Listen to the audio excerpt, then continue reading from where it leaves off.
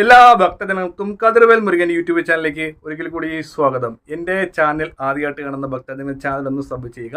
ജ്യോതിഷപരമായ എന്തെങ്കിലും കാര്യങ്ങൾ അറിയാൻ വേണ്ടി ഈ നമ്പറിലേക്ക് ഒന്ന് വിളിക്കുക. നിങ്ങളുടെ പ്രശ്നങ്ങൾ ഓൺലൈൻ വഴി നോക്കി പറയുന്നതായിരിക്കും. മിക്ക ആൾക്കാരും ചോദിക്കും, ഓൺലൈൻ വഴി നോക്കുന്നതിന് ദക്ഷിണ എത്ര? അത് നിങ്ങൾക്ക് ഇഷ്ടമുള്ളൊരു ദക്ഷിണ തരിക, അത് നിങ്ങളുടെ യുക്തിയാണ്. അപ്പോൾ ഭക്തജനങ്ങളെ കാര്യത്തിലേക്ക് കിടക്കാം. ഈ ഏപ്രിൽ മാസത്തിൽ വരുന്ന വിഷു, അതായത് വിഷുവിൻ്റെ അന്ന് നമ്മുടെ മക്കളുടെ വിവാഹം നടക്കാൻ വേണ്ടി നമുക്ക് ചെയ്യുന്ന ഒന്ന് രണ്ട് കാര്യങ്ങളുണ്ട്. അതായത് നമ്മൾ ശരിക്കും പറഞ്ഞാൽ കണിയൊക്കെ വെച്ച് ഒരുക്കി കഴിഞ്ഞിട്ട് ഈ രണ്ട് കാര്യങ്ങളുടെ നമ്മുടെ എന്ത് ആഗ്രഹമാണ്, ചിലപ്പോൾ നമ്മുടെ മക്കളുടെ അതായത് 30 വയസ്സായിട്ടും 35 വയസ്സായിട്ടും വിവാഹം നടക്കാത്ത ഒത്തിരി ഭക്തജനങ്ങളുടെ മക്കൾ ഇഷ്ടം പോലെയുണ്ട്. പറയുന്ന വഴിപാടുകളൊക്കെ അവർ ചെയ്യുന്നുണ്ട്. കൂടുതൽ വിവാഹപരമായി ബന്ധപ്പെട്ട് നമ്മൾ വഴിപാട് ചെയ്യേണ്ടത് നവഗ്രഹങ്ങൾക്ക് തന്നെയാണ്. നവഗ്രഹ അർച്ചന ഇല്ലെങ്കിൽ നവഗ്രഹ പൂജ, അത് ഞാൻ നേരത്തെ ഒന്നുകൂടെ പറഞ്ഞ് മനസ്സിലാക്കി തരുവാണ്. നവഗ്രഹ അർച്ചന നവഗ്രഹ പൂജ ചെയ്യുന്നവർ ഭക്തിപൂർവ്വം ചെയ്യുന്ന സമയത്ത് നമ്മുടെ പ്രാർത്ഥന ഉണ്ടാകണം. അമ്പലത്തിൽ റിസീറ്റ് ആക്കി പോകരുത്. പിന്നെ രണ്ടാമത്തെ കാര്യം പറയാനുള്ളത്, ഈ നമ്മൾ നവഗ്രഹ അർച്ചന ചെയ്യുന്ന സമയത്ത് നല്ല ക്ഷേത്രം നോക്കി തിരഞ്ഞെടുക്കുക. അതായത് നല്ല പോലെ ചെയ്യുന്ന ശാന്തി ആയിരിക്കണം. ശാന്തിയുടെ പ്രത്യേകം പറഞ്ഞു വേണം ഇത് ചെയ്യിപ്പിക്കാൻ, വിവാഹപരമായി തടസ്സമുണ്ടെന്ന്. അപ്പോൾ നമുക്ക് വിഷുവിൻ്റെ അന്ന് നമുക്ക് ചെയ്യാൻ പറ്റുന്ന, അതായത് അമ്മമാർ കണിയൊക്കെ വെച്ച് വരുന്ന സമയത്ത് നമ്മളെല്ലാവരും കണിയൊക്കെ കണ്ട് കഴിഞ്ഞിട്ട് ഒരു താമരപ്പൂ എടുക്കുക. ഒരു താമര, എന്നിട്ട് താമര മൊട്ട് തലേദിവസം ഒപ്പിച്ച് വെക്കുക. എന്നിട്ട് എന്ത് ചെയ്യണം, ആ താമര നല്ലപോലെ വിടർത്തുക. എന്നിട്ട് എൻ്റെ മകൻ്റെ കല്യാണം നടക്കുന്നില്ല എന്ന് നല്ല പോലെ നമ്മുടെ രീതിയിലായിട്ടുള്ള വിശ്വാസം രീതിയിലുള്ള പ്രാർത്ഥന നടത്തുക. എന്നിട്ട് ഈ താമര എന്ത് ചെയ്യണം, താമരയുടെ ആ തണ്ട് ഒന്ന് കട്ട് ചെയ്തേക്കണം, കത്രയുണ്ട്. എന്നിട്ട് ഭഗവാന്റെ പാദത്തിലേക്ക് സമർപ്പിക്കണം. ഭഗവാന്റെ പാദത്തിലേക്ക് സമർപ്പിച്ചിട്ട് നമുക്ക് ഭഗവാന്റെ പാദത്തിൽ വെച്ച് അങ്ങനെ നമുക്ക് ഒന്നും കൂടെ ഒരു പ്രാർത്ഥന നമുക്ക് ചെല്ലാം.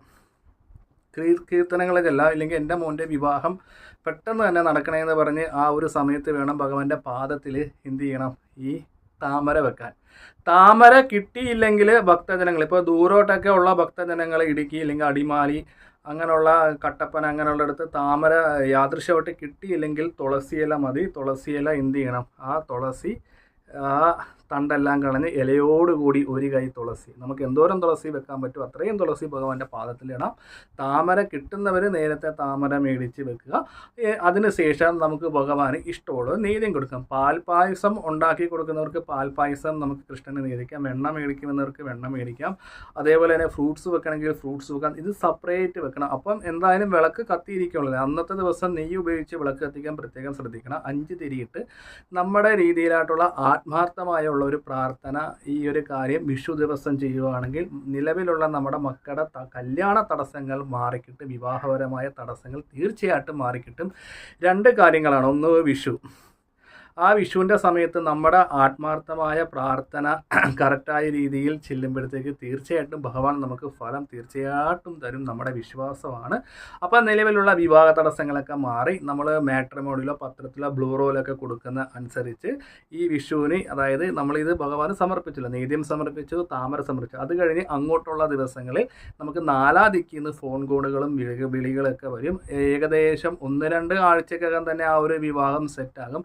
അതുകൊണ്ടാണ് ഞാൻ നേരത്തെ പറഞ്ഞ ഭക്തിപൂർവ്വം ഭഗവാനോട് വിശ്വാസപൂർവ്വം ഈ കാര്യങ്ങൾ ചെയ്യുക. അപ്പോൾ കല്യാണം നടക്കാത്ത ഭക്തജന മക്കളുണ്ടെങ്കിൽ തീർച്ചയായിട്ടും നടക്കും. എന്നിട്ട് നിങ്ങൾക്ക് ഇപ്പോഴും വിവാഹപരമായ തടസ്സങ്ങളുണ്ടെങ്കിൽ ഈ നമ്പറിൽ വിളിക്കുക. അവരുടെ ഗ്രഹനില നോക്കി ബാക്കിയുള്ള കാര്യങ്ങൾ പറഞ്ഞു തരുന്നതാണ്. അപ്പോൾ വീഡിയോ ഇഷ്ടപ്പെട്ടെങ്കിൽ ലൈക്കും ഷെയറും ചെയ്യുക. ഈ പറഞ്ഞ കാര്യങ്ങൾ ഭക്തിപൂർവ്വം വിശ്വാസപൂർവ്വം ഭക്തജനങ്ങൾ വിഷുവിൻ്റെ അന്ന് ചെയ്യുക.